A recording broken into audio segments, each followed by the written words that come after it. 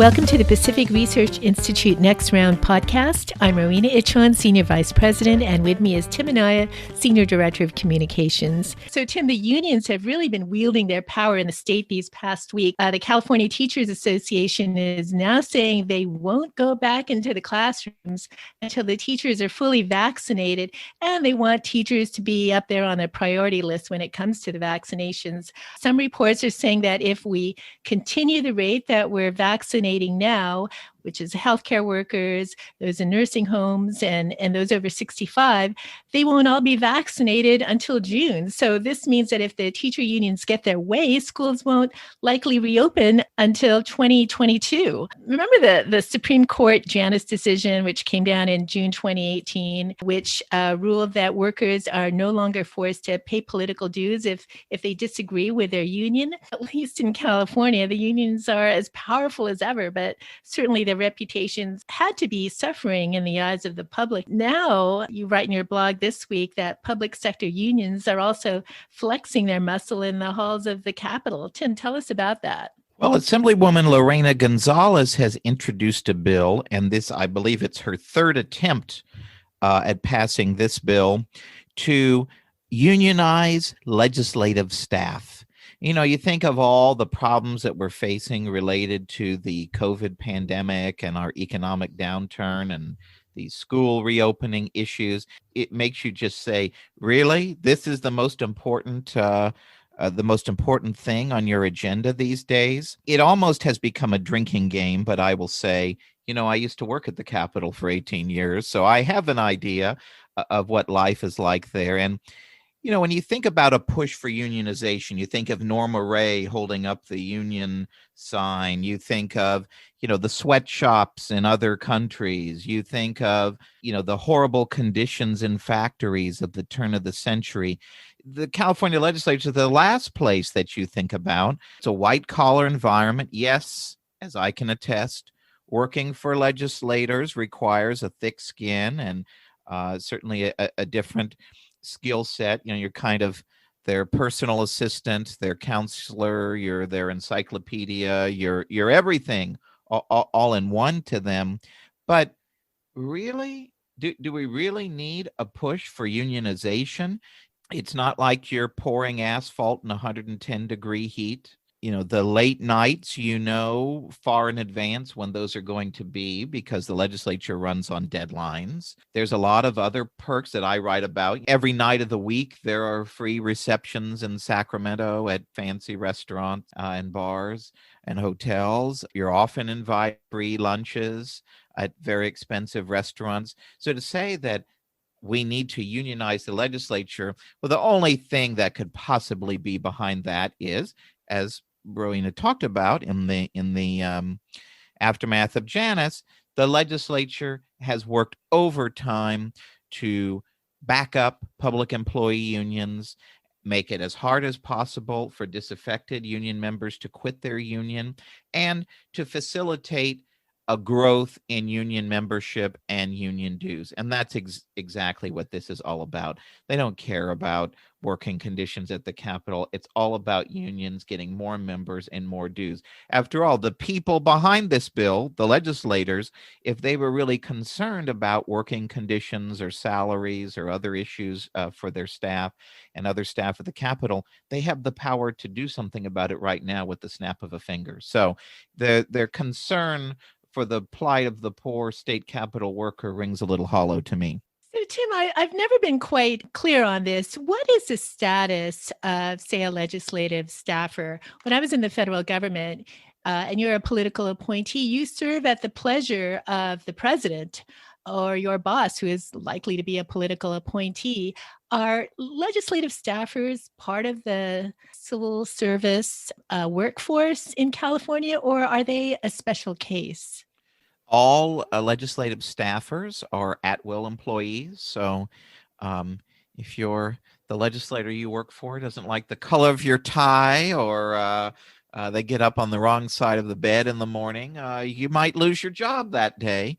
I will say they do kind of go over backwards to not abuse that at-will status. Of course, we've seen a lot of incidents and in recent years of members behaving badly and uh, um, hundreds of thousands of dollars in state taxpayer-funded settlements being issued.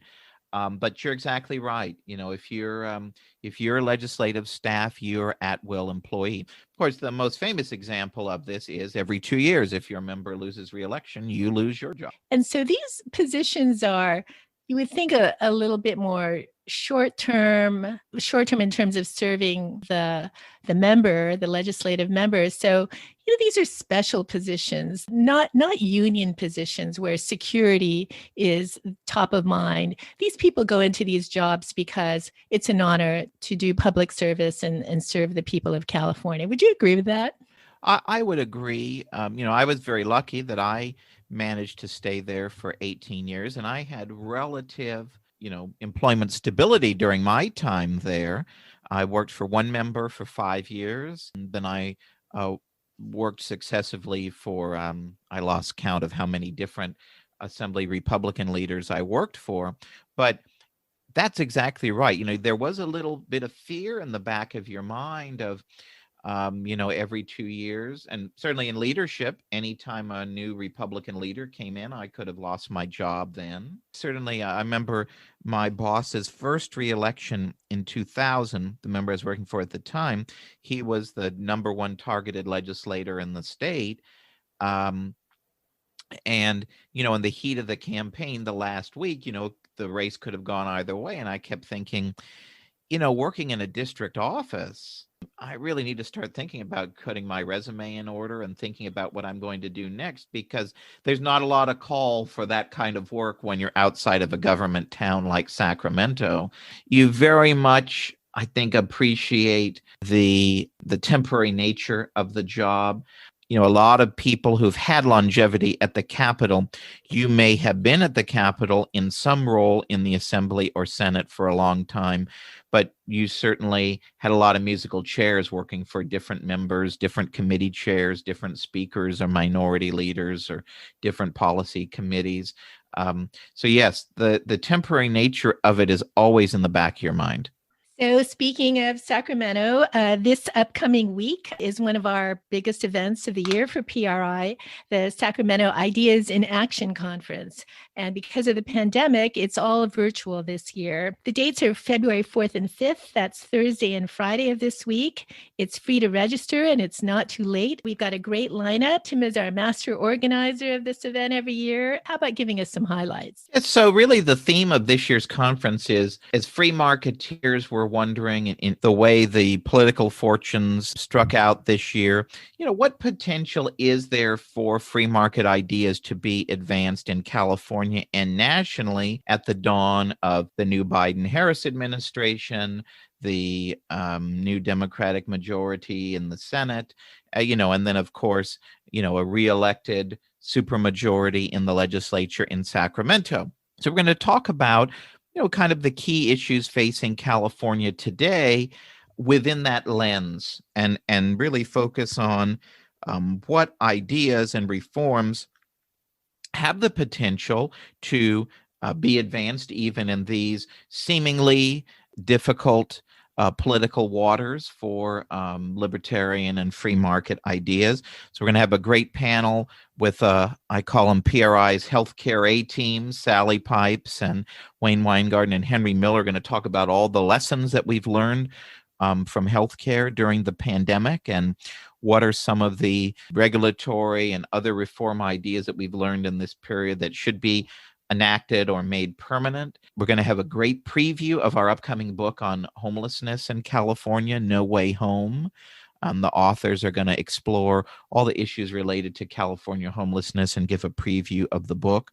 We're going to have a panel discussion featuring policymakers and insiders, leaders on the front line of the education reform movement, talking about the future of charter schools in California and nationally, and issues related to school choice, and what are some forms that we should adopt. What is the policy outlook like for them? Then we're going to have a panel on water in California, looking at, water policy is very controversial, and there seems to be a pendulum between Democratic and Republican administrations. We had a lot of pendulum swing during the Trump administration, so we have really all-star lineup. We're going to talk about water policy for California over the next 4 years, and then economic recovery. What is kind of the state of California's economy today? What are some of the things we can do to encourage sustained economic recovery in California and nationally? So I think it's a real timely, interesting panel. Whatever your interests are, there'll be something for you in our conference. I hope you'll all register and join us for some or all of the conference later this week. Thanks, Tim. And if you'd like to register, all you need to do is go on to our website at pacificresearch.org to events, and it's easy to do. So for this week's podcast, our guests are Carl, Dene, and Cynthia Ariosta of the Coalition of Bay Area Restaurants and Wineries. So earlier this year, the coalition sued Governor Newsom and the state for its restrictions on outside dining on the grounds that there really is no scientific evidence out there that outside dining contributes in a big way to the spread of COVID-19. Newsom lifted the restrictions this past week, and so the coalition withdrew the suit. But I think listeners are going to be in for a real eye-opener on just how hard it is to run a small business through the pandemic, and just how hard it is to operate in California as a small business. Carl Dene is the owner of Sam's General Store in Calistoga, as well as a number of restaurants in Southern California. And Cynthia Ariosta runs Pizzeria Trevina in St. Helena. We've got a lot of listeners in the Bay Area, so you may know both of these establishments. We interviewed them on Friday, and for several days after, I kept thinking about this interview and how it really hit home for me on just how difficult it is to run a business here in the state. PRI has done a lot of work on entrepreneurship and small businesses, most of the work done by PRI economist Wayne Weingarten. But hearing it firsthand from business owners is really heart-wrenching, frankly. Tim, what did you think of the interview?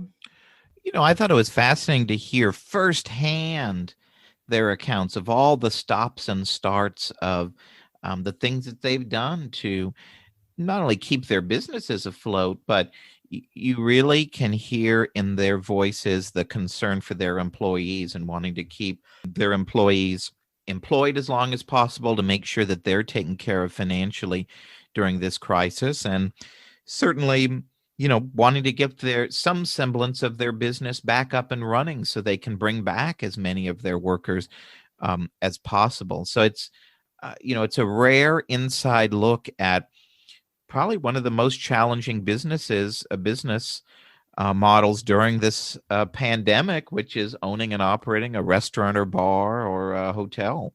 So on an up note, this podcast on wine country establishments gives us a good excuse to talk about what we've been drinking.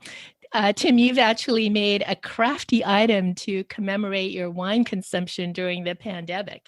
I did, actually. I'm not a real arts and crafts person. But I bought, before COVID, I bought one of those little kits where you could make a board out of wine corks. And I thought, well, it's going to take me about 4 years to drink enough wine to have enough corks to fill up this bulletin board. Well, then COVID came, and I was able to drink enough wine during COVID to fill up that bulletin board by the end of the year. So over Christmas, that was my arts and crafts project to put that together. And now it hangs proudly in my kitchen as my tribute to 2020. Lots of good wine on that went into the making of that board. Well, I continue to get my subscriptions of Bedrock Wineries and Sojourn Wineries. I got extra bottles this year of Gap's Crown Pinot Noir that they issue, Sojourn issues. Listeners might know that Gap's Crown is a vineyard near Petaluma Gap and provides premium grapes to wineries like Sojourn and Patson Hall. Unfortunately, the vineyards suffered from smoke taint during the wildfires.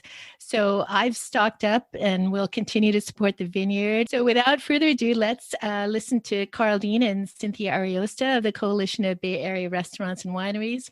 Thanks for joining us. Welcome to Next Round, Cynthia and Carl. Good morning. Morning. How are you? Fine, thank you. So let's start with a question for both of you. What's it been like to run a business during the pandemic and through all of the capricious restrictions from the state? Yeah, it's been a real roller coaster for us. From the original, what was supposed to be a 3-week lockdown, implementing so many different protocols and things, and then opening and then closing and then opening and then closing and laying people off and bringing them back and retraining them, and it's been a real challenge, and I hope it's going to be past us soon. For me, I'd say it's been extremely difficult for all of those reasons, and the lack of predictability, and that every time we spend money and our capital is dwindling daily, and then we're being asked to spend precious dollars to pivot and meet new mandates and new restrictions. And so the fact that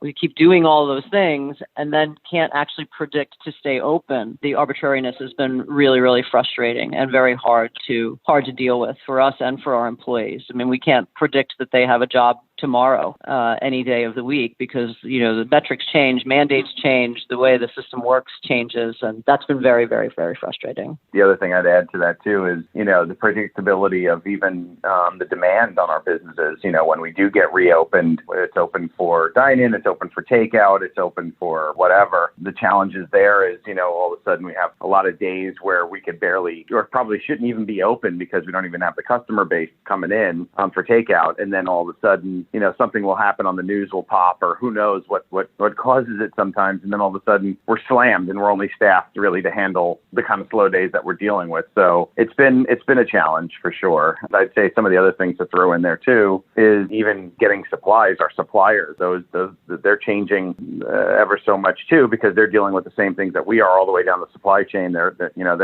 changing delivery days and changing minimums and changing things. So it's like all of a sudden we're open and we can't even get our supplies or can't even get the same supplies. So we're constantly morphing and adopting and changing just to kind of get by and be able to deliver anything to our customers. And I think in the beginning, when we were only thought it was going to be 3 weeks or 4 weeks or 6 weeks or even 8 weeks, there was kind of a, okay, we can do this attitude about that. Like we can pivot, we can start doing Facebook classes and, kits, and we'll find a way through this. We'll make our team into delivery drivers. And, there was, in a weird way, there was some excitement about doing something new, about pivoting, right? But then now the fatigue has set in where nobody's inspired by that anymore. Everybody's like, and neither are the customer base isn't inspired either. I mean, we started our Facebook Live classes, we would sell like 90 kits for that class each week, or 80 kits. And now we're doing Facebook Live classes and we'll sell like 20 kits. And then people are just emailing. They just would rather have the recipe and go to the grocery store and put it together themselves. I think everybody is fatigued. And we just want to get back to doing things the way we have always done them, where we serve customers and, we worry about fingerprints on the glass and things like that, and not all this other pandemic related stuff.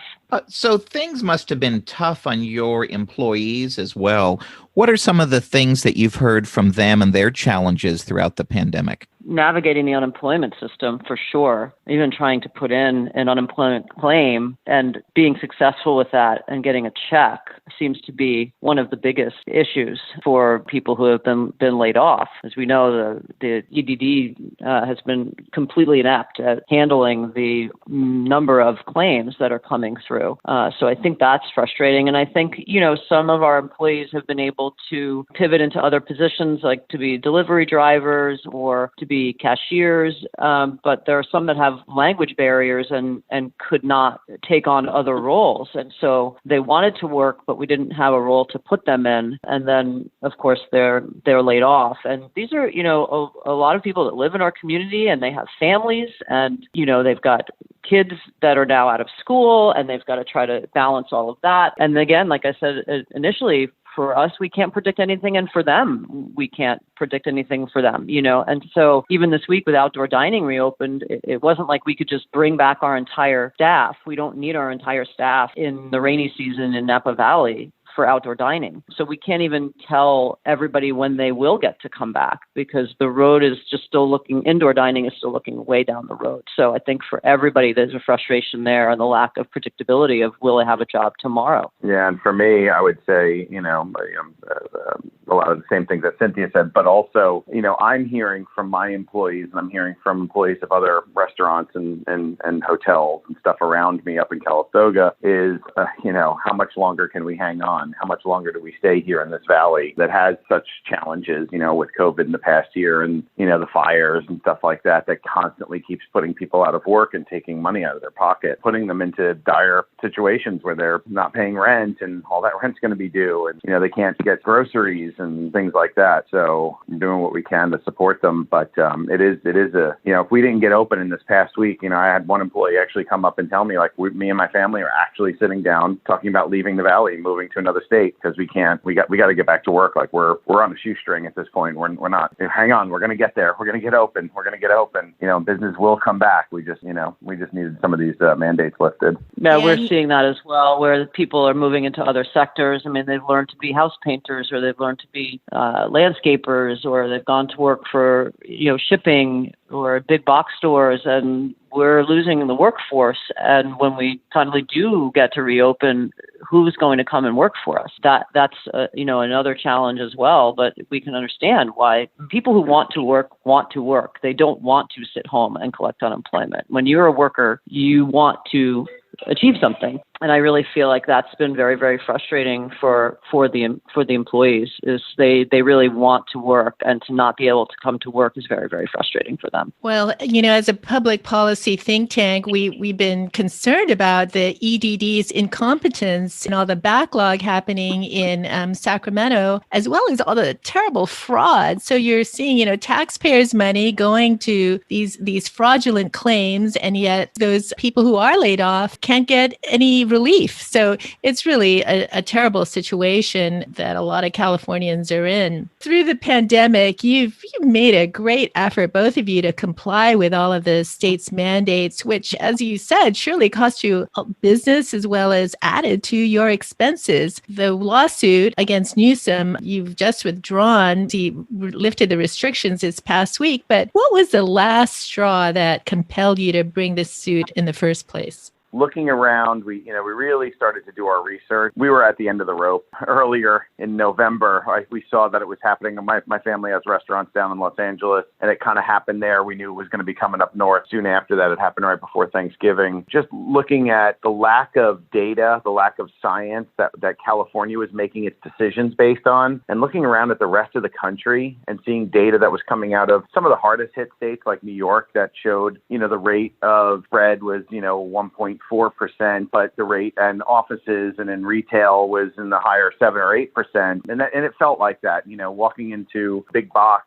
hardware store, there's no, mandates. Nobody's following anything there. I couldn't even find hand sanitizing stations anywhere where there's, hundreds of people touching everything, coughing all over themselves, touching everything. And then I look at, our empty patios, and I got really, really frustrated and upset with it that this was happening, and that our governor would come on TV and say, we need to close outdoor dining, not indoor, but outdoor dining to prevent the curve. So instantly blaming us for something that wasn't true, but yet indoor dining at airports is open. Indoor, being on an airplane is open. Casinos are open. Indoor dining at the casinos are open throughout the state.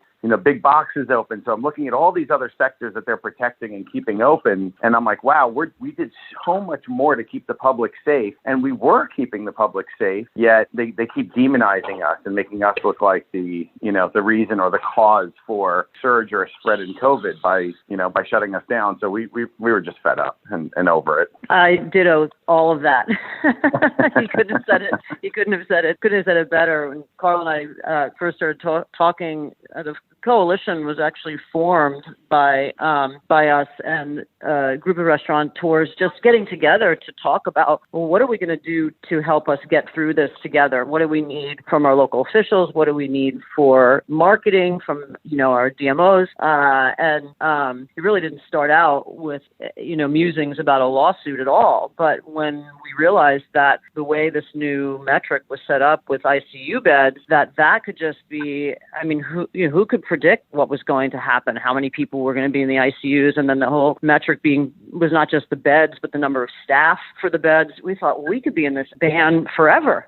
We just don't know. The vaccine rollout hadn't even started yet, and that's been another debacle. That was the straw. It was like all of those things coming together that we realized, on top of what Carl said, that it looked like it was going to go on indefinitely. And it really feels like that in general for the restaurant business. Like, this has gone on indefinitely for us, while other businesses and certainly other states are back up and running. Some to the full extent. Florida and Texas, restaurants are open everywhere, indoor, outdoor, can pretty much do anything in those states. And, California is the most restrictive, and we're still seeing a heavy caseload. For us, all those were, compounded, and we said, we've got to do something. And that's what started the suit. And if you look at the rest of the industries out there, they've all done very well during COVID. We're really the one that's been decimated. It's been small tasting rooms, the restaurants, hospitality across the country, but really in California, because we were one of the only ones that were so restrictive and so locked down. But if you look at grocery stores, delivery services, big box,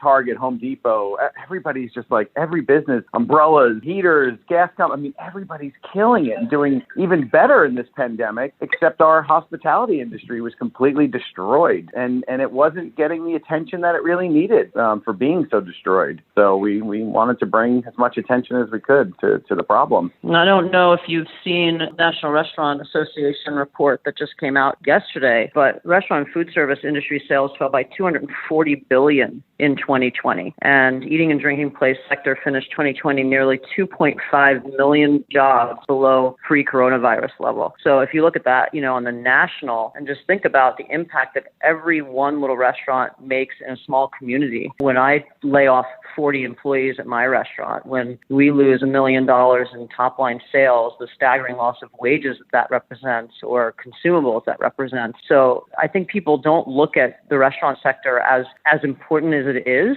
to the economy. And we really, really do contribute on a national level to the health of the economy. And the government has done nothing to really assist us at all. So I'm going to promote you both above Gavin Newsom. I'm going to make you king and queen of California today, respectively. Thank you. What are some of the actions you would take to keep small businesses like yours and other small businesses alive and get them back on their feet? If you look at, they keep doing for big union-controlled businesses, they're too big to fail. The car companies back in 2008, and the mortgage companies, and the airlines, and all this stuff. We hear stories of them, paying for empty planes to fly. The government actually subsidizing these things and subsidizing the farmers and subsidizing corn and all sorts of other things. Well, I think it's time that we need some real help here. We need some help to really jumpstart our businesses again, get things booming once we are. And it can't be short-lived. We need to recover. We need to recover big time. And it's going to take a year minimum from when we're 100% back to indoor dining again. When we're back to somewhat normal in indoor dining, we're going to need at least an additional year to get back on our feet. A lot of the stuff that they've given us so far, it's been the same across all business sectors. A lot of it is a lot of disaster relief and stuff, but it's loans, that I'm going to be paying for the next 30 years. So I tell people on my 80th birthday, I'm going to make my last coronavirus disaster loan payment. and that was like real shocking. I'm like, wow, I can't believe I went into this with, not as much debt. And now I'm 3 of our family's restaurants in my own. I'm in 4 times the amount of debt that I was before for 30 years. So it didn't help us. It's just put us in debt and put us in debt to the SBA. I'm just putting on my crown for a second. So while I adjust it to make sure it's straight in the mirror, the restaurant industry really does deserve a bailout, a real bailout. Here's money because we shut you down, and we shut you down indefinitely. You're still shut down. Here is the money. California actually put out a grant program that the maximum you could get was $25,000, which for a restaurant of any size is a drop in the bucket compared to the losses that we have sustained. And it came at a cap based on your sales for 2019. Well, what your sales were in 2019 are completely irrelevant at this point. I mean, they need to be looking at your losses in 2020 and saying, okay, we need to give you some money based on your losses from prior year. The other thing that we need is, I think as Carl said, like some of the idle loans that people they're going to be carrying this debt for 30 years. There needs to be some forgiveness there. I mean, those idle loans paid landlords, those idle loans paid utilities, those idle loans paid taxes, paid government, paid paid all these expenses, but the business owner is the one holding having to repay the note. And we also need some abatement on fees for the next few years, on ABC license fees, on environmental health fees, on tax fees, on property taxes. I mean, our property, it's worth nothing compared to what it was worth in 2019. There should be a reassessment. I mean, who wants to buy a restaurant in a pandemic or right after a pandemic? The assets of our businesses have been depreciated, have depreciated in value as well. Business interruption insurance debacle that we've had to, we've basically been shut down, have had this prolonged shutdown facilitated by the state and more than any other industry. And yet we cannot get business interruption insurance. And, the insurance companies have just wiggled their way out of that one, saying, well, nope, there's this out, there's not physical damage. There is physical damage. I mean, it's kind of, I was trying to equate this the other day to the takings clause, which was written into our lawsuit, which is basically eminent domain, right? The government decides it needs to take your property for something, and they need to compensate you for that. They have taken our property by not allowing us to use our property to its fullest extent because of the pandemic and for the public good. And this is not about, we're having more of a business conversation here. So we should be compensated. It's kind of the same thing with the insurance company. The government has forced this upon us, and therefore the insurance companies should be forced to pay us for business interruption. I mean, they just should not be able to get away with that. And that would be something on a policy level that I would love to see Sacramento kind of force insurance companies. I don't know how that could happen to pay us for the mandates that they have, they have driven. I mean, I think that would be super helpful. So all of that needs to be looked at over the next couple of years. And those are things, if I was wearing the crown and I was the governor, that is what I would be looking at to try to help the restaurant industry get back on their feet again. What we've worried about is, of course, state government and the federal government says, oh, we don't have enough money, but the COVID relief is giving money to actually people who are employed, people who are working from home. My mother's on Medicare, but she'll probably get her $600 or whatever she's going to get from the federal government. Well, she doesn't need it. She's comfortable and happy. Her house is paid off. So we disagree with this money going to everyone and not targeted to businesses like yours who actually really need the help. So what do you think about the minimum wage that's increasing? How does that impact your business? I started fighting against the minimum wage increases when Senator McGuire first put it forward. I still had a little restaurant in Ukiah, and his office was right around the corner. And I got restaurateurs together to go speak to him then, saying this is untenable for small businesses, particularly for servers and bartenders who are tipped employees. For those tips to not count in California is just crazy. To not have a tip credit here is just crazy, because all it has done now is is caused an increasing rift between the front and the back of the house because the servers and bartenders are working, 4 and 5 hour shifts, and they're sometimes on pre-COVID walking out the door with, $200 and $300, where, the kitchen staff is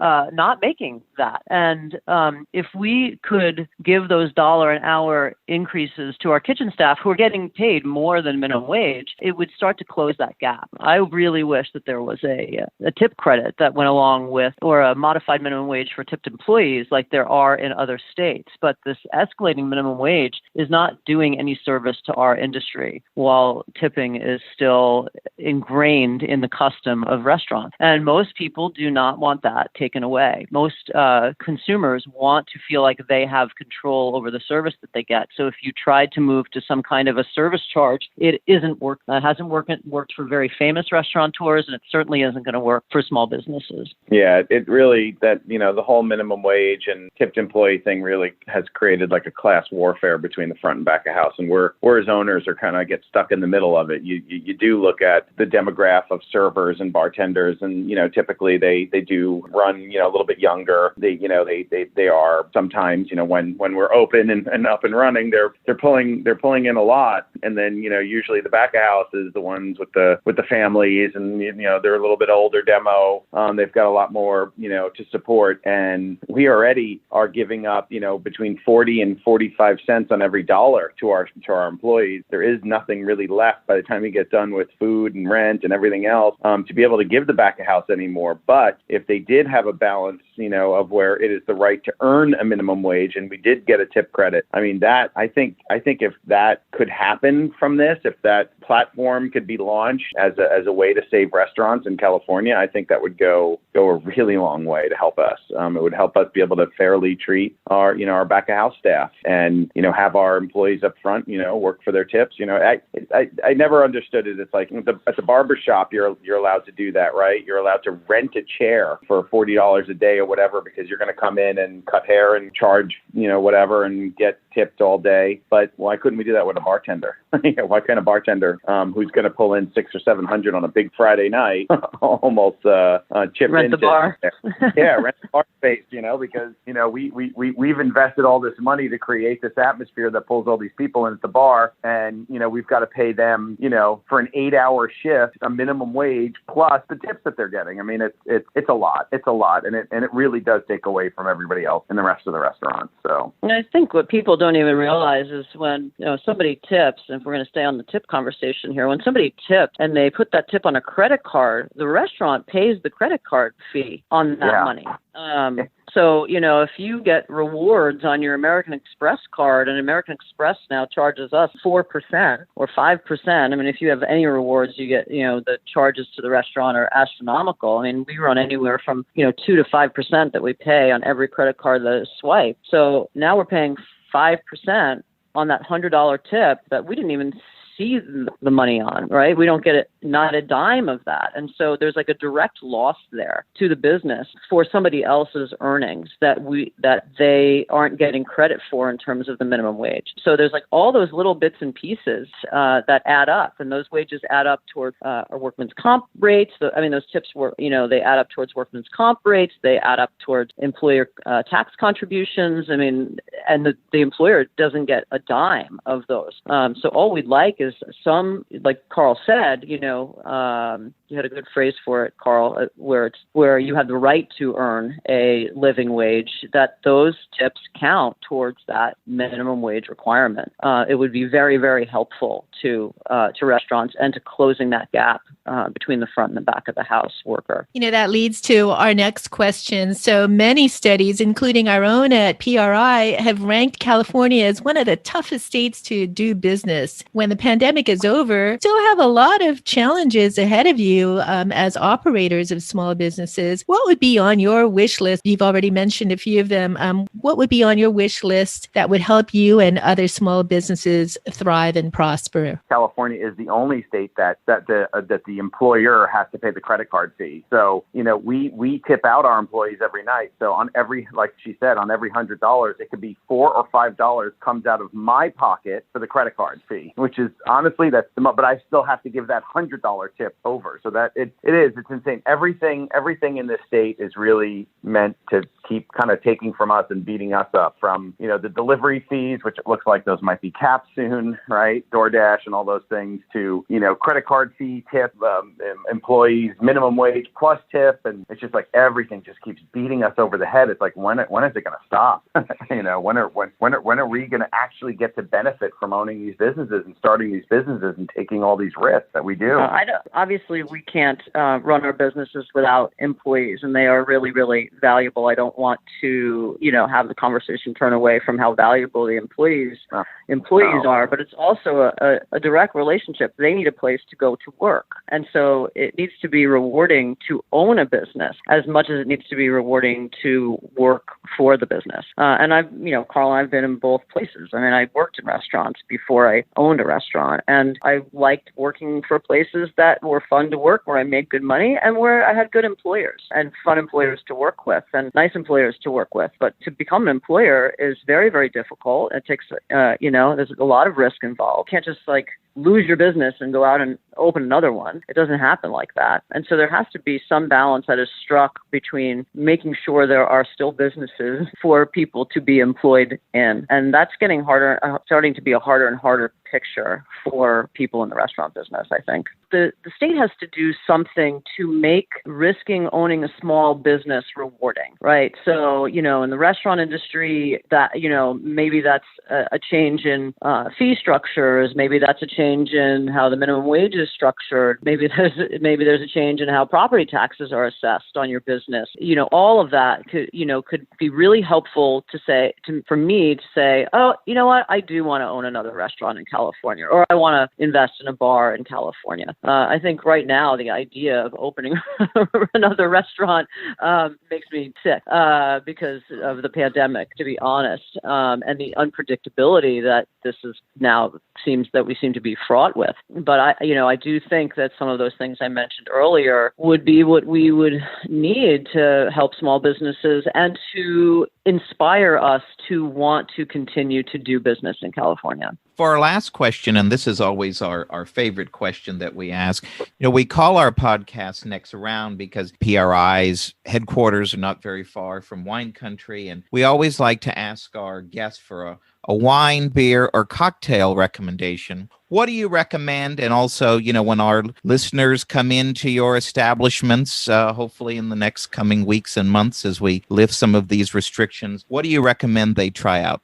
I would say, that up in Calistoga, we have such great tasting rooms and stuff. We have the Lola tasting room, and we have Tamber Bay that host our picnics on their property. That's great. And Bennett Lane, which is one I didn't really know of until I opened up Sam's. So I would say some of those up in Calistoga, and some of these great picnic things that you can do now with a great picnic basket and the wine tasting and stuff. We did just have Rivers Marie just open up in our town, and their Pinots are pretty incredible. I was enjoying a lot of them this summer as well. So I would recommend coming up and doing a pizza and Pinot tasting at Maryvale Vineyards, which is right next door to us. So you can actually go there and do a tasting with your friends or your family and of 3 different pizzas paired with their Pinot Noirs. So that's really fun. Or you can kind of tag team and go wine tasting at Maryvale next door and then come across the street and have a great lunch or dinner at Pizzeria Trevina. And we have a really fun cocktail list at the restaurant as well for people who don't want to have wine or want to have some cocktails after their wine. And we have